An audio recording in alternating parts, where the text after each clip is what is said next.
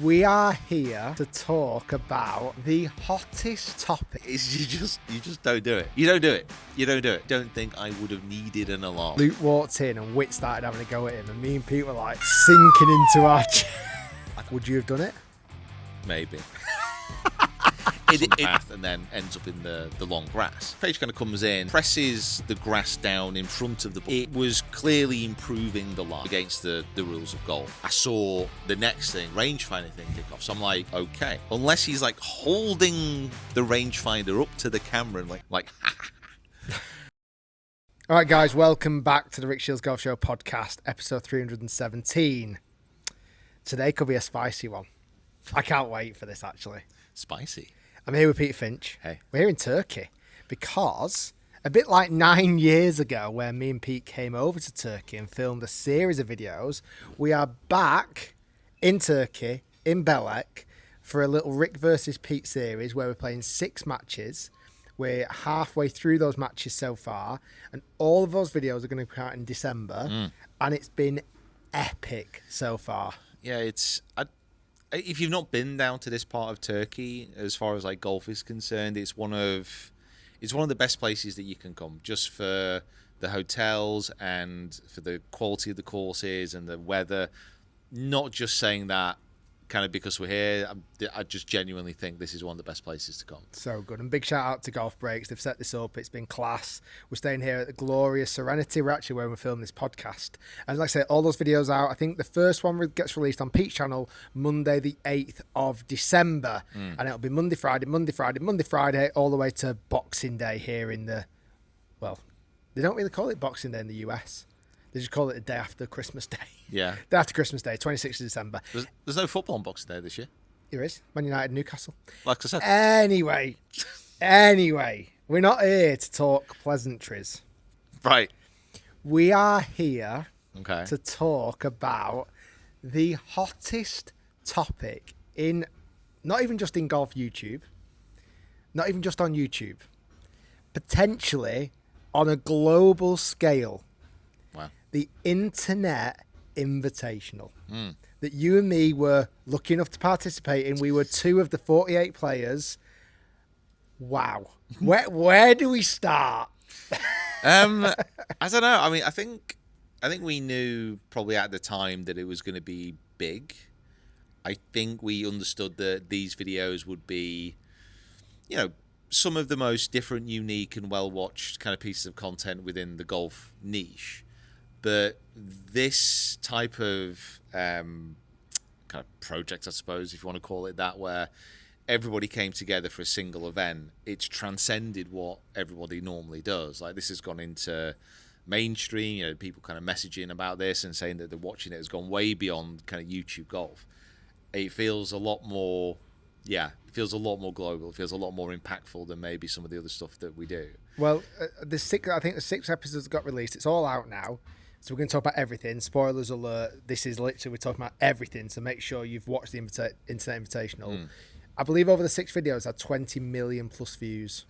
And that's just the YouTube videos. And that's within, I don't even know if it's 2 weeks yet. Is it even 2 weeks? Maybe 2 or 3 weeks. But it's unbelievable.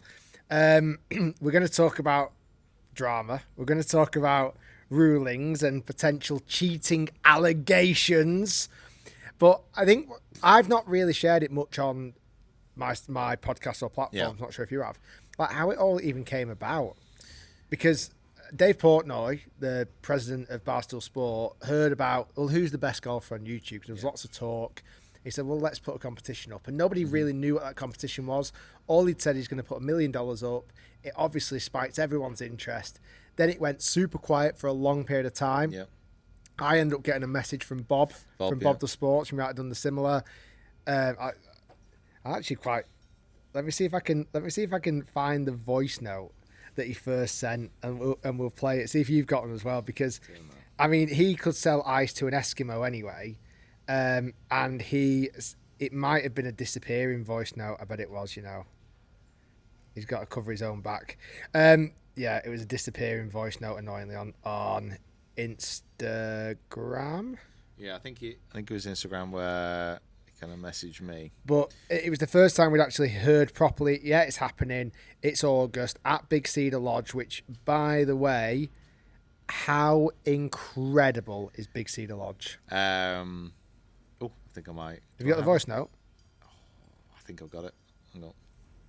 Pete, what's going on, brother? Hey, it's Bob here. I wanted to ask you, I don't know if you saw Dave Portnoy from Barstool Sports announcement, but we're doing what's called the Internet Invitational, August 12th to August 16th. Big Cedar Lodge, we're going to be filming it. I think the exposure is going to be insane. Room is taken care of, $1 million on the line, prize pool.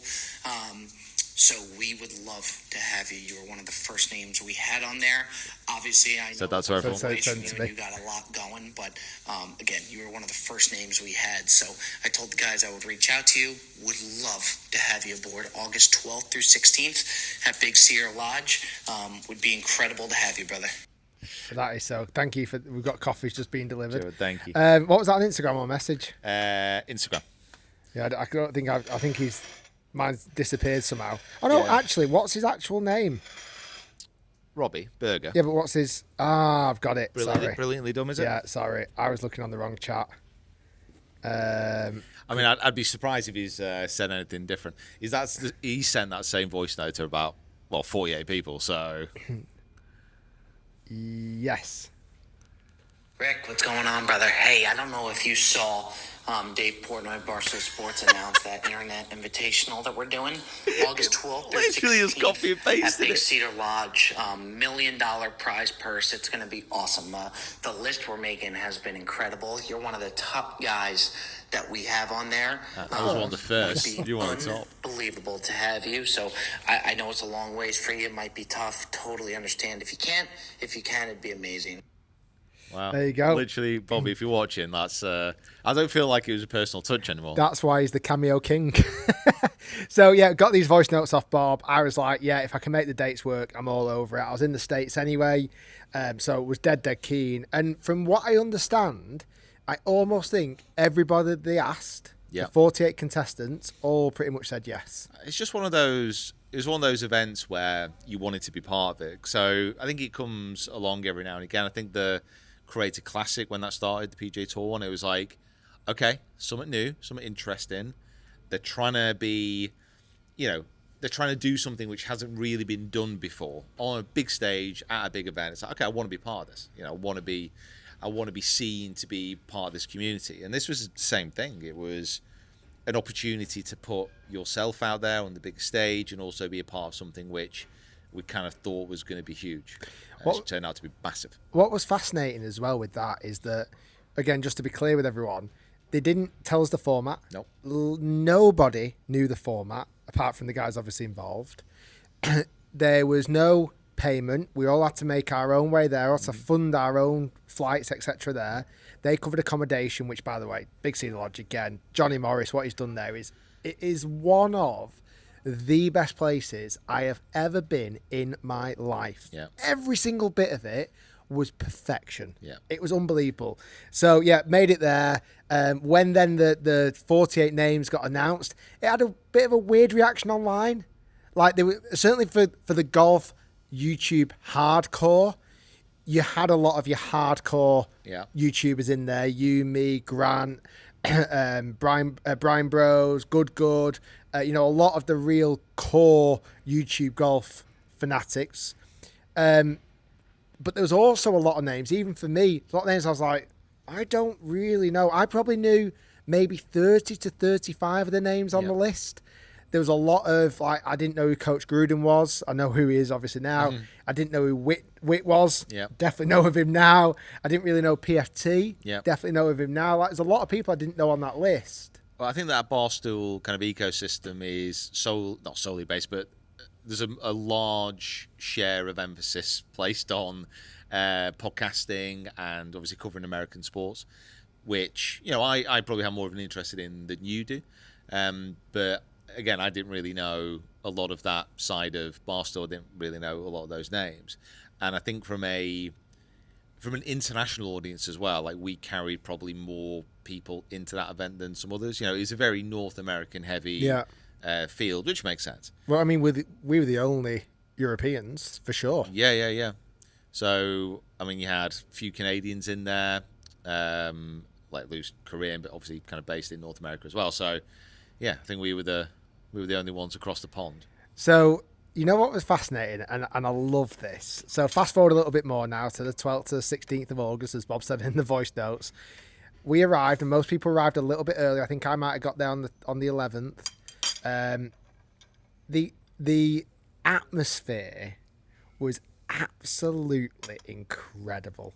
Like, because you're all it's almost like the same butterfly / excitement you get when you're going on a stag do / bachelor party in the US. Like, it just felt like all your mates were there at this incredible place. Like, it felt different, it felt unique, everyone was super excited. You're bumping into people you've met before and you've probably made videos with and collaborated with.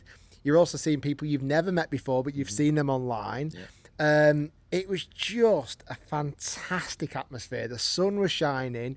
Again, the treatment from getting picked up at the airport. I got picked up from the airport, and in my shuttle I had like Garrett, Andrew Austin, who I'd never met before, really, really nice lad. Paige Spiranac. We're actually playing cards in the pickup van on the way to the Big Cedar Lodge. It was brilliant. We're playing for a bit of money and this, that, and the other. Maybe not for the $1 million, but like it was it was so energetic and exciting. There was one regret of the week for me. When I arrived, and I think you'd been there maybe one day earlier. Yeah. We played on the Cliffhangers golf course, and it was you, me, Garrett, Grant, and Matt Scharf. Yeah. The 5 of us. We had the most incredible 2 hours or so playing skins. I think we were playing $100 a skin. Yeah. On that Cliffhangers golf course. Nobody was filming. It was absolutely blockbuster. If we'd have filmed that would have been the second biggest video to come from the Internet Invitational. 1,000,000%. It was so really good, wasn't it? But the whole, like, maybe it was so good because we were relaxed and we weren't really. It was just fun. We just had a great time. It felt like being a junior golfer again. But that whole place, Big Cedar Lodge, and I'm not going to reiterate too much about what you said about what an amazing place it is. It kind of felt good there, and it did feel like you could have such an amazing time. Like going there with a group of friends, going there on holiday, it was such a massive surprise, and especially where it was. It's in Missouri. Yeah. Like, I don't think people in America know where Missouri is. And I have no idea. Little tiny airport that you arrive at, nothing special. Well, I drove up there. So I was the week before I was with Good in Arkansas. Again, no one knows where that is either. And it's like a 4-hour drive up. And I thought, well, I could mess around getting planes, or I'd just hire a car. Became a criminal for a day. Got done speeding. Nice. Yeah. I felt like a bad boy. Said sorry profusely. I thought I was going to get away with it as well. Oh, you didn't get away with it? Nah, I was good because I was playing at Hot Springs in Arkansas, and then the cop who pulled me over, I was like in golf gear, and I think he was asking me what I was doing. You were like praying, please watch the video. Well, he said, oh yeah. Well, I played down at Hot Springs and got chatting a little bit. So we do. Said, oh, this, blah blah blah. Did you just happen to put a box of Pro V1s on the passenger seat? I didn't want to risk it. You've got to keep your hands on the steering wheel. Right? I've seen the videos. So I'm like, okay, let's keep going. I had a chat, really nice chat to him, and he was like, just, it was almost like, I'm sorry, and I can't let you off today. As you were going, I was going like 40 over the speed limit. So I was wow, Pete. It was a rough one. It wasn't my fault though. Well, it was, but it wasn't. It was like it was like a 60 mile an hour speed limit. But you were going 100. And it went, no, it was 60 mile an hour. And then it went through a town, which I swear was as big as from me to you, but it had a rail going through the middle of it, like a crossroads. So the speed limit went from 60 to 30 in the space of about 20 yards, and he parked his car here. Wow. So I just went through. I didn't even. So what happened? Did you get fined? Yeah. How much? It's like $100. Is that it? Yeah. No points, nothing. No. He said, just to let you know, I'm well within my rights to like keep you here because you don't have the proper documentation. So you nearly didn't make it to Internet Invitational. Yeah. The drama almost started early. Wow. But then when we got there, That's drive, when the real drama started. No, Yeah. come on to that. And the drive up there was really weird because, like, from Arkansas to Missouri, it's just woods. It's just woods, like gentle rolling hills and woods. And to get there and to be met with that, it was so unexpected. It kind of took me by surprise. I think the real winner from the Internet Invitational was Big Cedar Lodge. Oh my God, unbelievable! It's a winner anyway. The beds are obviously comfy. Very comfy. Obviously, Luke Kwon knows about the beds. So we all arrived again, very giddy, very excited, seeing familiar faces, seeing new faces, playing fun challenges, feeling like a junior golfer. We then all got taken up to the restaurant on top of the rock for the first evening. Top of the rock. So again, we're all there. First time kind of seeing Dave Portnoy. Give me your thoughts on Dave Portnoy. Surprised. I'm not massively up to date on Barstool and all the things. I know, like, he owned Barstool, sold it for millions and millions, and then bought it back for like $1, and now it's kind of back to where it used to be. So he knows what he's doing. I know he's a fairly abrasive character, and he rubs a lot of people the wrong way. But when I was speaking to him, and like throughout the week, I thought he was just a nice, normal bloke. On face value, really, really liked him. Yeah. I chatted to him quite a few times, said thank you to him loads of times. Like, he's obviously a content guy. He wants content. He wants drama. He would have been licking his lips at all the things that got presented to him. He was clever enough to throw little dangly carrots out and every now and again to get people involved. Again, just very, very good. Huge shout out to Barstool and the editing team. Honestly, I was blown away by how good the videos were.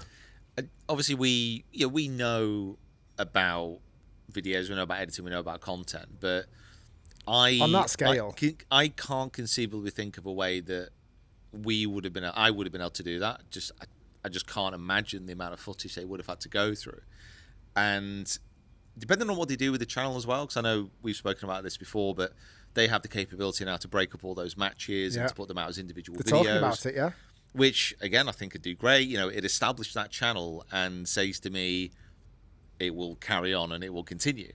And there'll be another one next year. Yeah. But let's not get too excited about that just yet. So, top of the rock, getting to meet everyone, having a bit of food, and then the format was presented because there was lots and lots of talk between the creators, between everyone involved. What is going to be the format? We knew we were playing for $1 million, and still to that point, nobody, apart from, like, say, Barstool and the main guys at Barstool and Bob the Sports, nobody knew the format.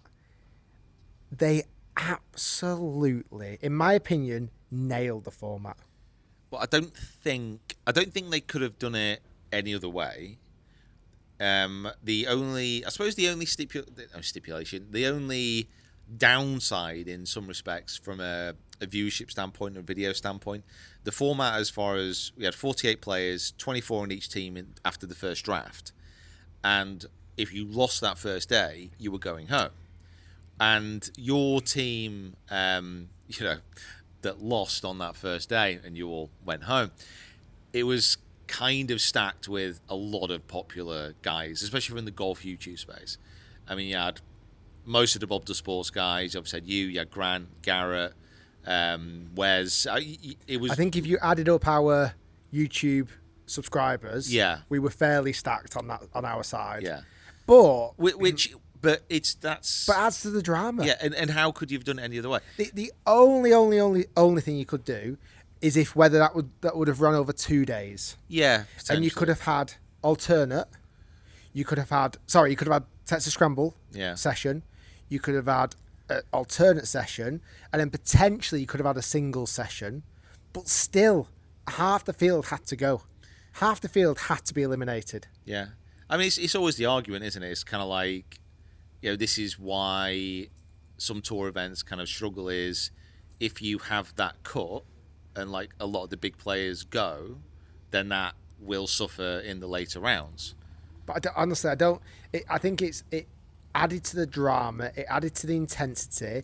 That's like the flip every side. shot, you're thinking this really matters. That's the flip side. It matters. It mattered. I've not got tomorrow. I've not got another session to come back on this. If we don't win this match right now, this is going to have a direct influence on our team, and our team could be going home. Which is the apps, and that's how you said it was a shame in some respects, but also it couldn't have happened any other way. There was no way of actually splitting the teams fairer than what they did, because obviously had a wide array of talents. Because you couldn't do it on handicap. That was the big thing for me, because all truth be told, most of the field don't have a handicap. No. Like, how would you handicap even some of us guys? Like, what would you have played off? What would I have played off? What would the Bryan Bros have played off? Like, so I don't think you could have ever won with that. No. So I think that's the only way. And honestly, I remember getting the plane over to America for that trip, and I was spending hours going, what if I was to be control of this? What would the format be? I just didn't have it written out like this. No. I think because maybe in the UK we don't do as much drafting. Like, that was very much a draft, and I feel like for us in the UK we're a little bit more regimented on our team selections. School ground picks, basbasically. Yeah. And it was fascinating. Like, sat there going, I don't know which team I'm going to pick on. You'd want to get picked fairly early. Like, they as obviously saw it in the video, they had tier A, B, and C, or tier 1, 2, and 3, etc., and 4 and 5. And the way it all panned out, then you got into your two teams, and then you're figuring out who you're going to be paired with. Mm-hmm. We were a bit of a scramble. I thought Riggs on your side did a great job at just controlling that and being very kind of, he got his team into a bit.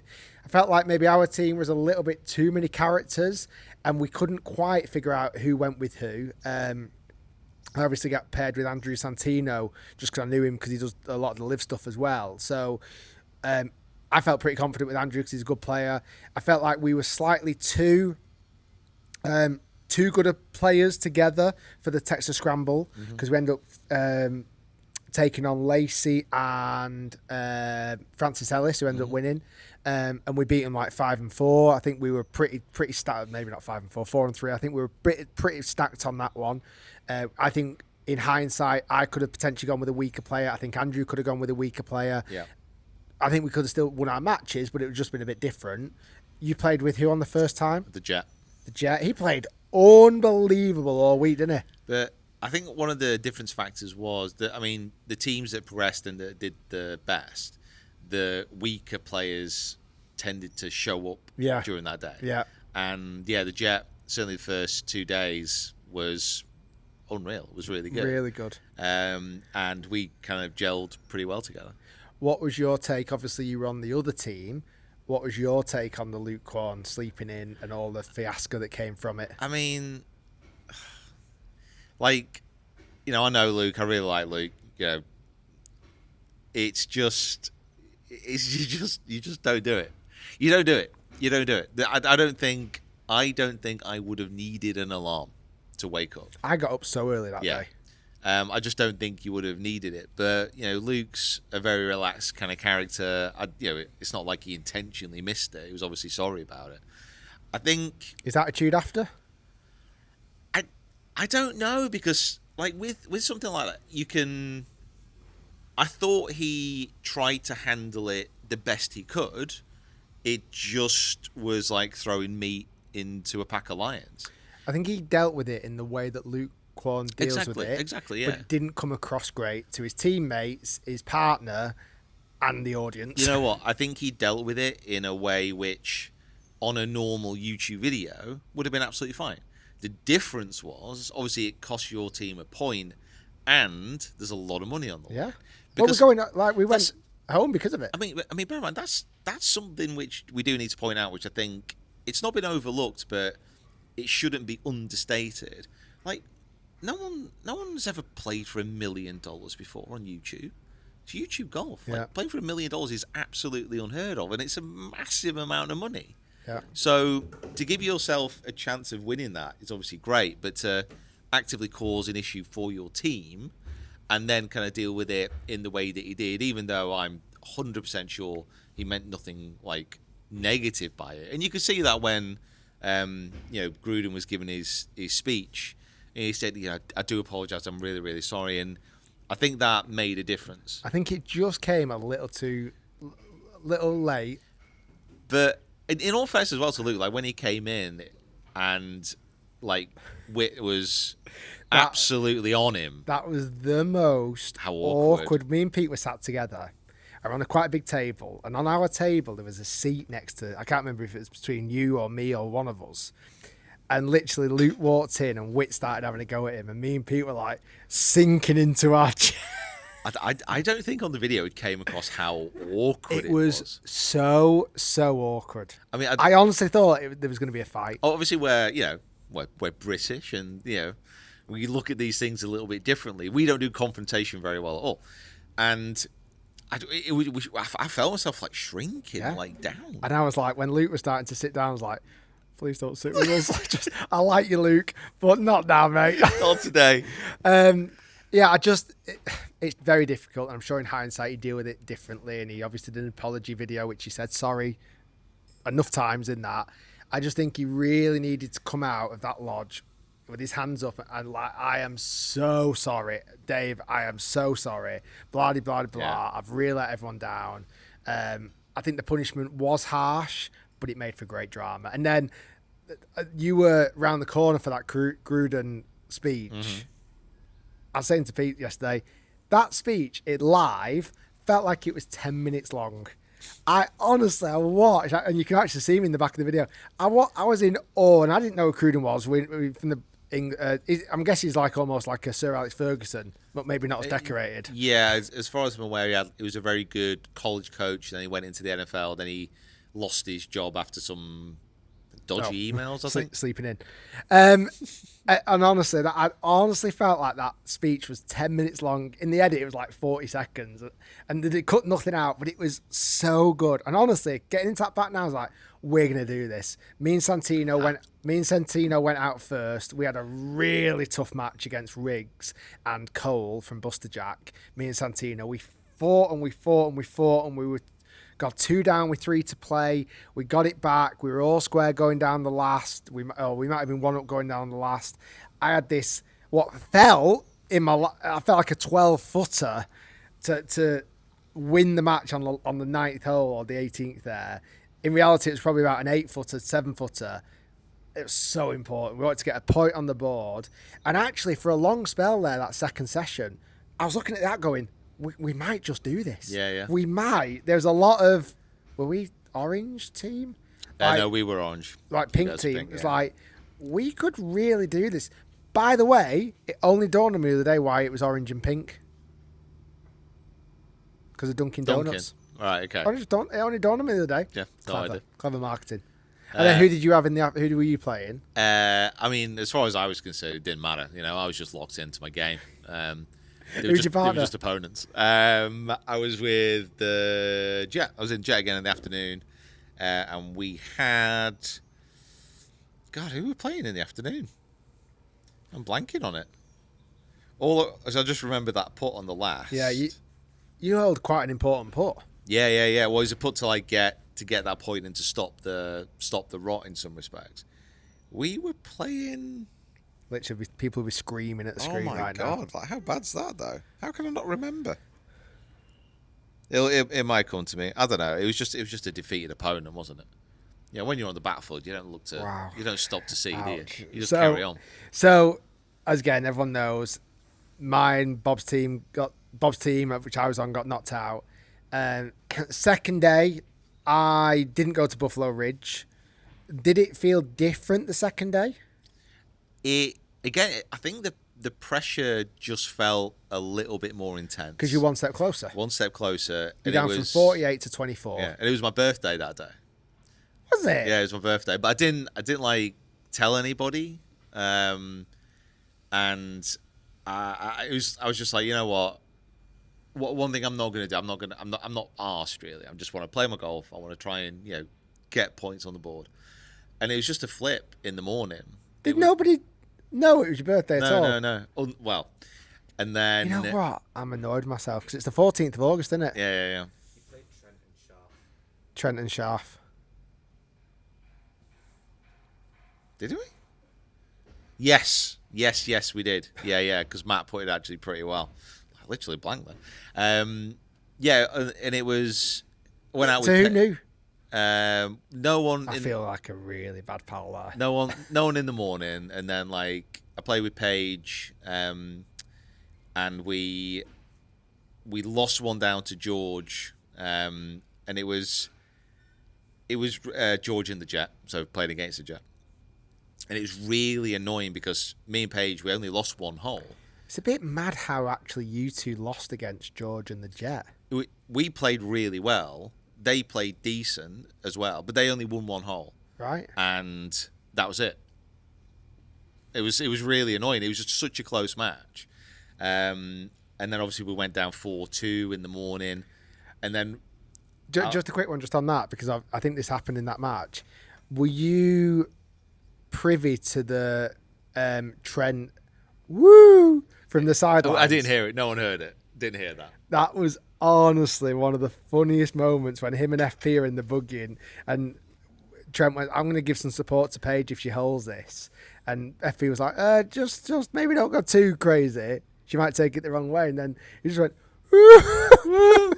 like an owl. Like an owl in a tree. It was so funny. So you couldn't hear it? No, I didn't hear that. No. And then... So go on. How did someone know it's your birthday? So when we got kind of at lunch... And I maybe should have done a Gruden and made like more of a kind of a big deal of it. But I went to a few people individually on our team. So like went to Brad, like told Paige and a few. I said, listen, I'm not making a big deal out of this. Don't want a cake. I was like, it's my birthday today, and all I want is I want one more day. I just want one more day. Aww. So I kind of went around and said, one more day. Did this not get picked up on cameras or anything? No. It was in lunch when everyone was like just munching away. And I just kind of went up to people individually. I said, just one more day. And then, the afternoon was just a turnaround of epic proportions. Unbelievable. What was your gut feeling when Dave approached Mo and Bubby about, was it $100,000 to play the hole again, or was it more? It was $250. Were you there? Yeah. Gut feeling? Gut feeling was no. Would you have done it? Maybe. It depends who had the tee shot, because it was foursomes in the afternoon. Was it a par 3 finish? Was Par that the 3, hole yeah. to play? Water short left and then trees left that Sarah kind of hooked it into during regulation to kind of close out that match. But it was just, I don't know, it's very weird, because you get to that point and you're obviously playing for the $1 million overall. Like, we'd had skins all day. Like, we'd won, was it like $13,000, $15,000 in skins, whatever it was. So, it's been a good day anyway. Yeah. It's been a great day. And $250,000 is obviously a lot of money, but... You got to split it with someone else, though. Yeah, but it also kind of gets to the point where it's like, this money doesn't really make any sense anymore. I don't really understand like what we're doing. Like, what are we talking about here? $125,000. Yeah, but also it's kind of like you're putting that onus and that responsibility on those two players, and I think it's very easy. I put it this way: because it's not your money, you don't have that money in your hand. You get offered the opportunity, but I think it's actually easy in that situation to say no. Because if you say no, you're taking away your responsibility that you have for the rest of the team with that. So you could just be like, you know what? No, we're just going to carry on. We're going to go for the $1 million. I don't think it would have made a difference because there were still 12 players. What about if they'd taken the money and split it so you all got $20,000 each? Oh, yeah, they definitely should have done it, yeah. No doubt. Like, of course. I think that's the only way of doing it. You go, as a team, we'll take the $250. If we lose, we go to playoff. If we win, already you've got another $20,000 each. Yeah, but I think it would have been understandable if they'd have said yeah, and I think Mo was like, well, let's talk about this a second. Mo definitely wanted to go for it. But I think overall it was the right decision. I think maybe if it have split those bets up and made them more like team by team, that would have been more of a temptation, I think, to more people. I want to ask you something here, because again, I wasn't present for day 2. I can't remember what I was doing, practicing or whatever, hitting balls, having a good time. You partnered with Paige both times. Yeah. And then what transpired the day after is quite crazy. Yeah. We'll come on to that. Like, you literally partnered with her for 2 days. Yeah, had a great time. And it's not like, the thing is, like, obviously we're going to get onto it, but I like Paige. You know, I think we're... Oh, no, I'm not saying... But, yeah, I think what I thought, again, was great with that format. One day you are literally partners, and the next day you're not. You want to batter that person. Yeah. It's great. It's such a great format for that. And yeah, like I said, it was a day by day situation as well. So you couldn't like form strong bonds with your team over the week. And I think that's what Dave's point was as well. Like, you shouldn't be thinking about the team here, because tomorrow the chances are you're not going to be with them. Yeah, he's got a guy watering the salt in the plants. Okay, so you get through day 1, skin of your teeth. Mm-hmm. You get through day 2, skin of your teeth. Well, I think an epic comeback of proportions unlike anything we've seen in the game. But day 3 caused a little bit of commotion with the draft. Yeah. You were there, obviously present. Yeah. How did that feel at the time? Honestly, fine. The thing is, during the semi-finals, I suppose, looking at it like that, split into 4 teams of 3, it's going to be hard. I would have probably preferred it if we'd have kept to the standard draft system. Right. So still have 4 captains. Still have 4 captains and do draft picks. I think that would have kept it consistent and kept it fair overall. And the way it would have shaken out is probably not that different in some respects. I thought that on paper, to me, the teams looked pretty fair. Yeah. And I think for consistency, it would have been nice to have that chance. I suppose it would have give me a sense of more control as a captain. But ultimately, splitting those teams fairly because, again, the difference in skill level, I think they were pretty fair. I think you all had a very accomplished player. Yeah. I would obviously say that Brad, you, and who's the third really accomplished player? So you had me, you had Brad, you had Micah. I think we were probably the 3 best players left. Well, in that sense, then I'd say you and Brad, I think looking at it, I think it was fair. I don't think you could have done it any differently. Like, looking at it in hindsight, like, Paige's team was probably more evenly spread. Bit more consistent as a 3. Exactly. But didn't have the firepower that yours or Brad's team had. Exactly. Or Micah's team. I mean, the thing is with Brad's team had Brad. So he was like worth 2 players effectively. He's pretty good, isn't he? Unreal. So good. But, you know, that semi-final, it's not like we played too badly. It's just Carter, so DOD King, who is like my second player, if looking at it like that as far as skill level goes. Good. He's a good golfer. He's a good player. He's steady, and he just had a bad day, and that's kind of it. Josh played really good on your team, didn't he? Really well. He hit some fantastic shots. I was like, wow. Because I thought he could have been a little bit of a liability. I feel like we suddenly walked into a garden centre. It suddenly got very noisy here at Gloria, but they've got to make these plants look nice. Gotta get them salted. They've got very squeaky shoes, unless the floor's just very clean. The floor's very clean. I was going to say something then. So, day 3. Mm-hmm. You're now on the Cliffhangers, which is the most incredible par 3 course possibly in the world. Yeah. Yeah. You're playing alternate shot stroke play, brutal. Which is really, really brutal. If you had chance again, would you have changed the order? Did you feel like you were happy with the order that you played it in? Yeah, I think so. I don't think, honestly, I think the order, the team, the way we went about it, was absolutely fine. We just didn't quite play well enough, and it's one of those things where, in golf, you're mostly in an individual sport. Like, it's very rare that you actually play with a team, so it's kind of hard to analyze afterwards. But ultimately, as in any post-match review, you just have to look at yourself and say, you know what? If we'd have played better, we would have got through. So it doesn't really bother me. It's just is what it is. Dave offered $100,000 for a hole-in-one. Yeah. Yeah, he did.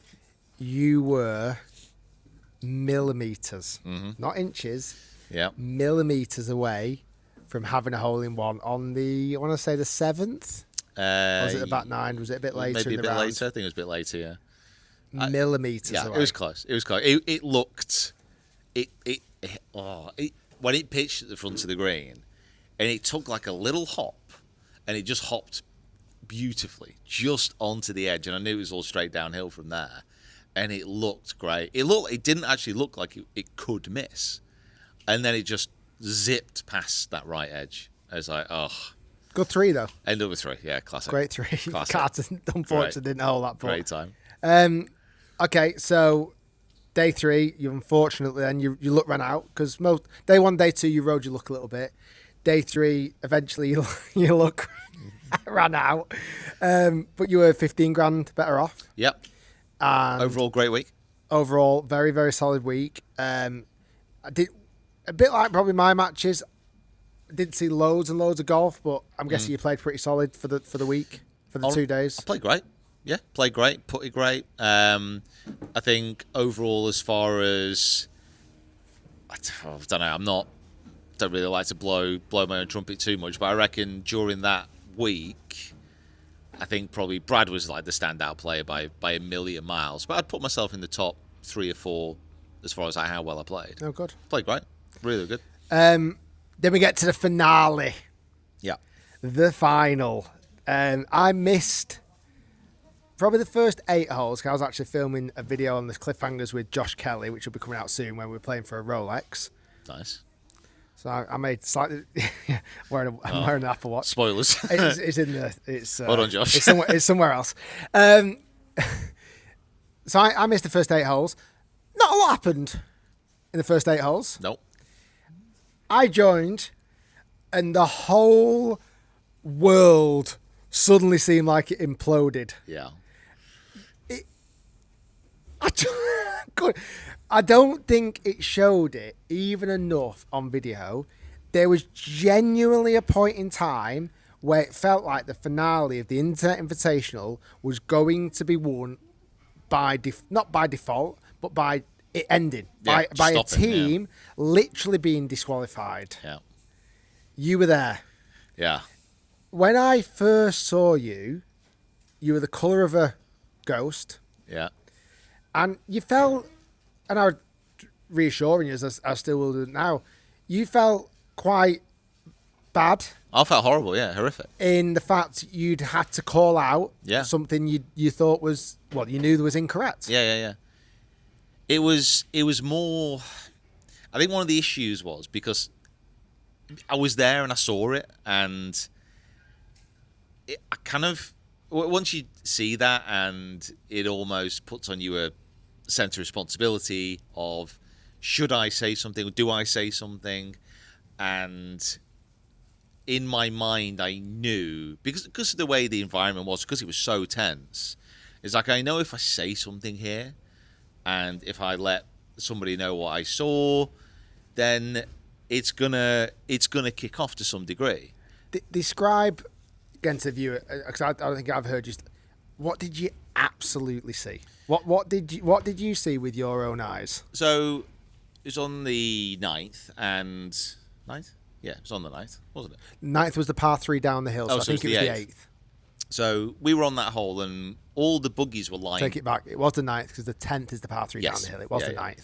So we're all lined up on the right side of the hole, and Frankie kind of hooks a tee shot. I think it hits. It hit a top of a buggy. I don't even know if it's top of our buggy actually, but it hit the top of a buggy, like bounced on the path, and then ends up in the long grass. And the whole week, the long grass has been played as a hazard, just in case you lose it in there. So it's pretty thick stuff. And we kind of just stayed. And so at that point, did people go and look for the ball? No, the ball was. You could see it. The ball was there. The ball was there. Yeah. So we kind of, me and Lacey, who was like driving around, we parked up. We stayed, and we had a quick chat to a few people. And the ball was lying okay, but in front of the ball, towards the hole, there was just long grass, and it's quite thick grass as well. Like sticking up? Yeah, like sticking up, like basically like that, but like about this high. And yeah, it wasn't in a great spot, and we would just have a chat. And kind of Paige kind of comes in and presses the grass down in front of the ball. So where the ball is in front towards the hole, kind of presses that grass down. And this is what you're seeing? Yes, well, because you were pretty close. Yeah, I was right next to it. So pressing that grass down, and it was clearly improving the lie. So ball move at all, or it just no. Ball, no, the ball didn't move. Like it was just like pressing down the grass to give a clearer shot through. Now, even if it was a little bit, that's still kind of against the rules of golf. But there was a good few presses in there as well. And like I said, I really like Paige. Kind of really respect her as well. And that when I saw it, I was actually I was just gutted because I just knew that if something was said, that everything would kick off, and it would kind of light a bit of a touch paper. Not because it couldn't have been dealt with quickly, but again, I just kind of sensed what the atmosphere. It was so well, like I say, it was so tense. So tense. Even when I pulled up, I was like, "Whoa, this is." And crazy. I was like, "Okay," but what I was really hoping for, and I was speaking to FP about this as well, kind of on the course. What I was really hopeful for is that they would lose the hole, which they did. Yeah, because if you have a rules infraction, you would just lose the hole in match play. Yeah, in match play. So as soon as that happened, I was like, "Oh, that's okay. Good. It's not. We'll come on to good in a minute. Yeah, it's not going to be like such a massive issue. So after that hole, I just grabbed Brad and just said, just to let you know, in the rough over there, kind of improving their liar touch. Just be aware. Well, I didn't realise that Brad had asked you to just keep an eye on him earlier. Yeah. On what, the second or third hole? Yeah, it was like second or third hole. Which... What did you think when he asked you that? I don't know, really. I'm not sure. I mean, I'd spent quite a lot of time with Brad the week before as well, and kind of spoke to him a number of times over like the past kind of year, and I think really like respect him as a guy and a player.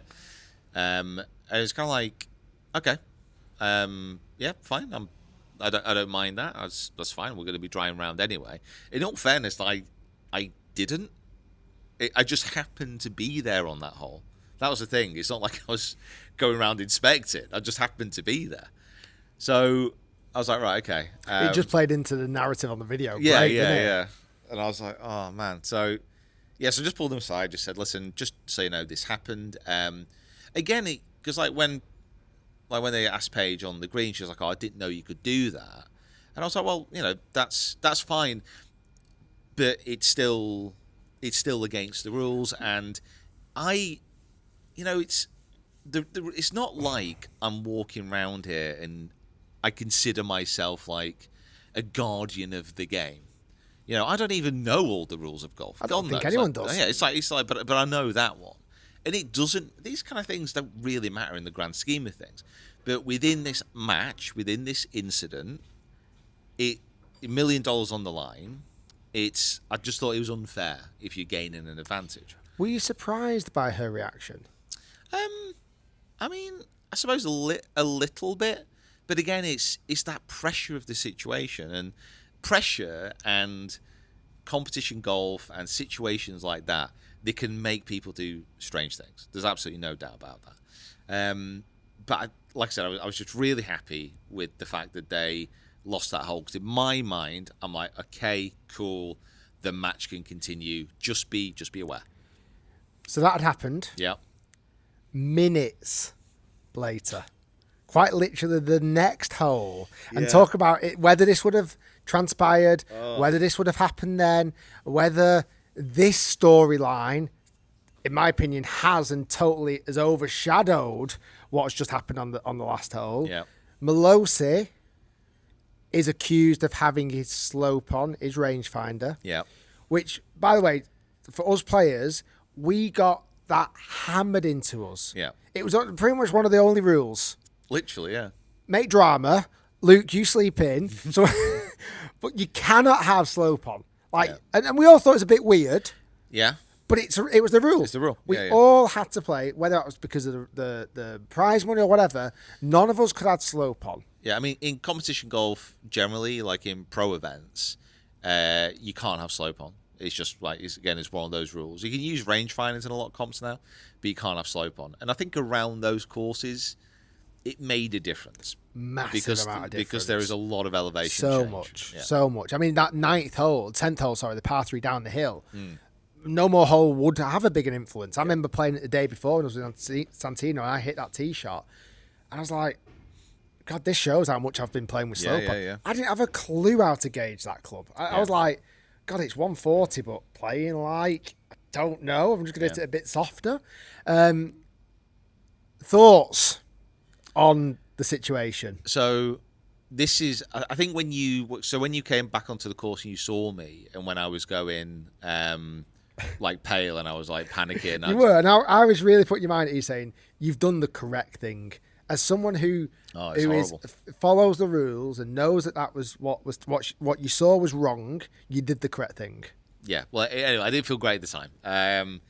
But kind of in hindsight, actually watching it back, it kind of seems like when kind of Francis asked Paige on the green, and that kind of like situation how was happening there, it was almost like at the same time. It was on the side of the green. It was so weird. Like I can't remember who it was, but this came from good members. Was it Bubby? Was it Bubby? Was it Bubby that was kind of saying the rangefinders need to be checked? I don't know if it was, but anyway, it was kind of like it was said, Mo might be using slope. Was it Micah? The Micah. So Mike said, Mo might be kind of using slope, and that kind of happened at the same time. But from where I was on the side of the green, kind of watching, I saw kind of Paige getting upset, so I knew Francis had said something. And then I saw the next thing, like this old rangefinder thing kick off. So I'm like, oh, this is all just kicked off because of kind of what I said. And so then I started really panicking. I just don't want to be near anybody. But no, now I kind of understand it was a separate thing. And it doesn't look good, does it? It doesn't look great. It doesn't look good. I think the natural reaction to that footage, I think pretty much everyone would have the same opinion generally if you use rangefinders. But I don't know. I mean, I think with Mo, ultimately, like one of the things I was keen on trying to kind of get across is when I said to Brad what I saw.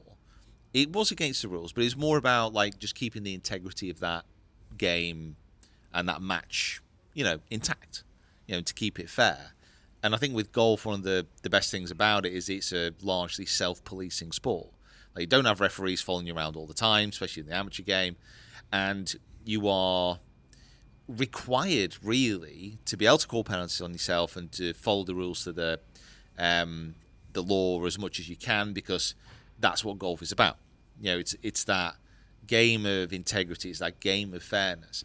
Now, if Mo said he didn't use slope, I think you have to say, okay, unless there's absolute evidence, unless he's like holding the rangefinder up to the camera and like turning it on and off, like it's kind of like you have to maybe give him the benefit of the doubt.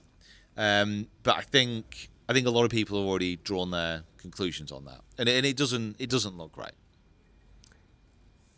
It doesn't look good at all. It doesn't look great, and it's kind of like a weird situation where you could say, oh yeah, I think he had it on, or I'm not sure. No, he didn't. It's a tough one. But Dave kind of went up to him and asked. He said no, so the game continued. I think it's difficult because in hindsight, I'm sure they never expected this. If they do it again, I'm sure there's going to be an official rules adjudicator. Oh, everyone's going to be like, everyone will be unbelievably tight. 2 hours early. Everyone will be setting the alarm 2 hours ahead of time. And that was the thing. It surprised me. I mentioned the Internet Invitational it felt like a bit like a stag do.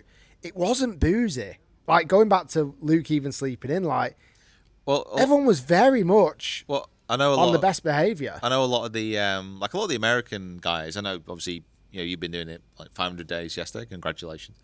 Like a lot of the guys don't drink. Yeah, I know. I think it's definitely a cultural thing. But I thought it was going to be a lot more boozy. But anyway, that's a different topic. It doesn't look good for Mo. He has absolutely said he didn't have it on. Mm-hmm.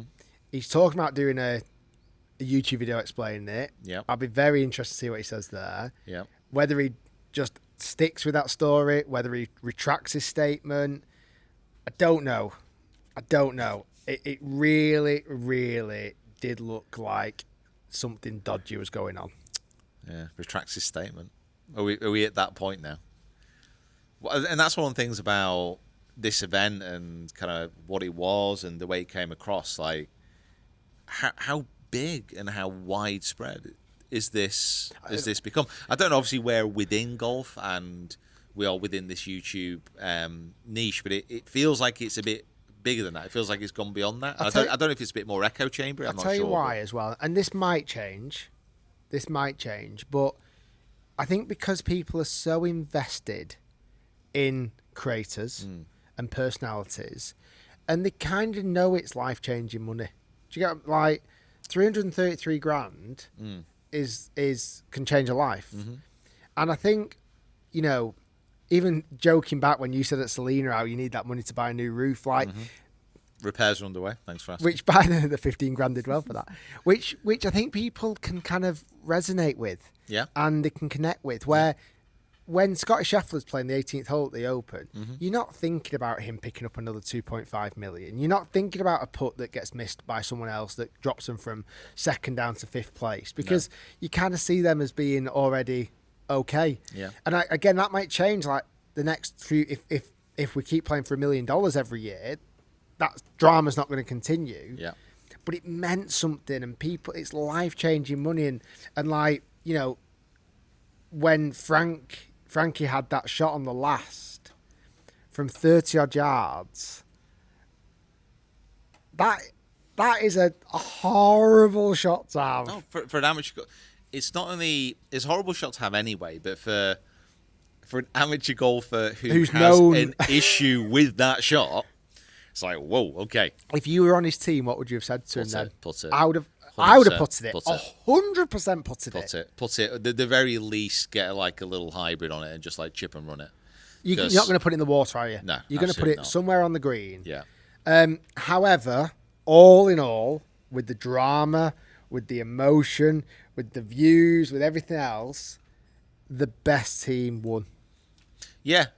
And I mean, I think there's a couple of things before, and also with that final, before that rules debate, like the first 9 holes, I think took like about an hour and 20 minutes. And I think the next 2 holes took about an hour and 20 minutes just to get through them with all the chat. And then it kind of settled down. But I think ultimately, like, beef obviously, is a whole other kind of conversation around this. And I think everyone knows what the situation is there. I think Francis in the final stepped up when he needed to. A few funky shots, but wholesome, nice putts. But I loved the bit back and forth with him and Paige. Yeah. That just added so much spice. So much to it. So much spice. I loved it. But I think ultimately the best team won, but the best player won. Like Brad is playing just such unbelievable golf at the moment and consistently. Like, if there was an individual event, like, he should have won. He literally, I think, won every single match he played. I think as well, this idea of how encouraging he was. Yeah. How supportive he was. Honestly, he's a gent. He's a real gent. You know what? I've met Brad a couple of times. I didn't know his backstory whatsoever. Mm-hmm. I honestly thought he's one of these pros who's done all right, didn't quite make it, seen opportunity and joined good. I totally didn't realise that he had a really bad issue with alcohol. Mm-hmm. Not a clue. Didn't have a clue. Didn't realise he had the driver yips at one point. Mm-hmm. Like, I feel like I've known more about him since it. Oh, yeah, definitely. he's actually done a podcast with Good, which has just got released. I can't wait to listen to that because I'm like, I want to know more about Brad. I actually don't. I just saw him as this incredible golfer, but he's not had it easy, has he? No, and I think I don't know the best way of describing it really. I think with like the time I spent with him and Sean and Bubby, we spent a lot of time during the Good Cup, which was the week before. I went to breakfast every morning, and it was, I don't know, he just comes across as such like a genuine guy, very much someone who you want to be friends with, just because you get really a good vibe off him. You always kind of leave feeling quite nice. But we went for pizza the night before Cliffhangers, didn't we? Yeah. You, me, Bubby, and Brad. Yeah. And like I say, just got such a lovely vibe off him. Yeah, just easy, really easy to talk to, and someone who it's very easy to root for. Like, and that's, before kind of any of the backstory, and then from a golf perspective, like he's just got so much talent, such a great player. When did you first hear the terribly sad news about Beef passing away? It was. I think a few people might have sent me a message actually when it happened, but I think I was away, so I only saw it when it came up on Instagram or whatever. I couldn't believe it. Absolutely. I checked like social media. I was like, what? What the hell? I mean, it's never. I think within the community that we have, want to look at it like that, as far as like golf, social, YouTube, it's still pretty small, and nothing like that had ever happened before. Like the timing of it, and the fact he hit the opening tee shot, the fact he hit the final shot, the fact that he won it, and the fact he's like he was a young guy. He was 31. a young guy, 31 years age. Yeah. 31 years of age. Really lovely. I didn't get loads and loads of chance to speak to him, but when I did, really lovely. And just a nice, lovely soul. Yeah. I really liked it when Dave was always trying to get everyone's attention, and Beef would just stand up and just, "Can I get your attention, ladies and gentlemen?" I was like, "Oh, he's got a voice on him." I mean, so lovely, such a tragedy. I would love to know how his parents reacted to the content and the video, because they must have watched that with incredible amount of pride. Well, I know they had a like the 4Play Barstool guys. They had a bit of a watch party of that final. I know all his kind of family were there watching it. The last 5 minutes, 10 minutes of that, I was watching it, blubbing.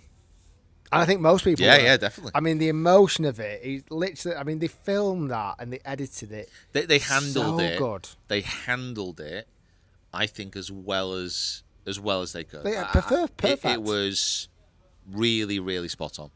Yeah, no, big shout out. And again, like, thoughts go out to his friends and family, because it's such horrendously sad news. And hopefully that money is going to be put to good cause, and he wanted to pay off his mum's mortgage, and hopefully that's the case. And yeah, from what I understand, my Barstool 4Play are looking after him. And I fingers crossed we get to play for the trophy again next year. Maybe it's called the Beef Invitational. Who knows? It was epic. I don't know what version 2 will be like. It surely can't be as good as that. It's hard, is it? It's always the second album syndrome. It doesn't, second film, like sequel syndrome, it doesn't often get better than the first iteration. I think a lot of the things that made this first iteration so great, maybe they can't continue into the second. Well, it's the drama. Yeah. The drama made this so great. The drama made it, the drama made the videos, but also, if you think about what YouTube golf is, and I know Dave throughout the video kind of spoke about this as well, like he was doing his nut because everyone was really nice to each other, and he couldn't understand it. So what my, not concern or fear, because I have no say in this event, I have no purchase on what could happen, but what my fear would be is that the second iteration, if it comes and get invited, the the angst with the competitors might be increased. And I think that's probably a little bit further away than what we're used to.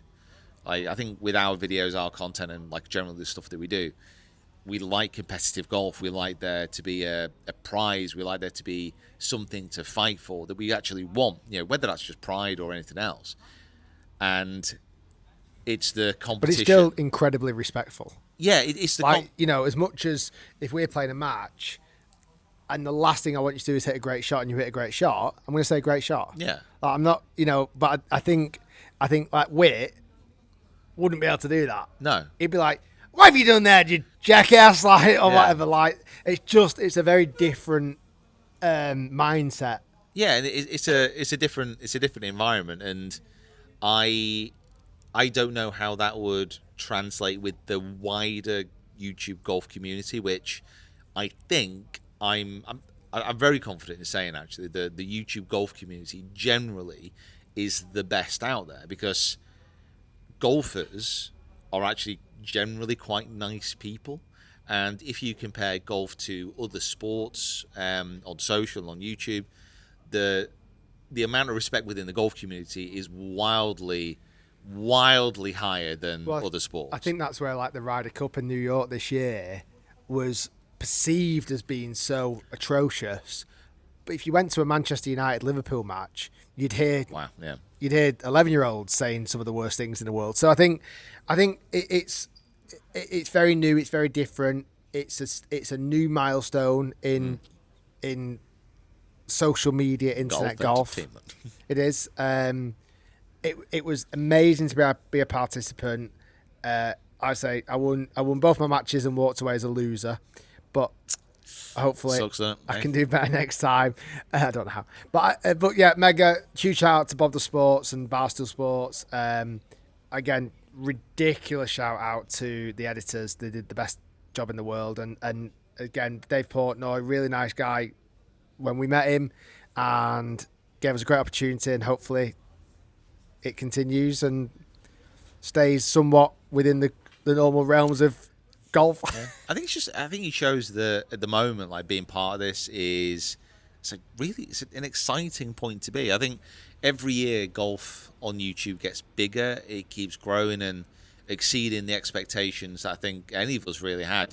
When me and you started this, what am I, like 12, 13 years now? You must be kind of age towards 15 years almost now. When we started, we couldn't believe that we had people coming in for a lesson from the back of a video.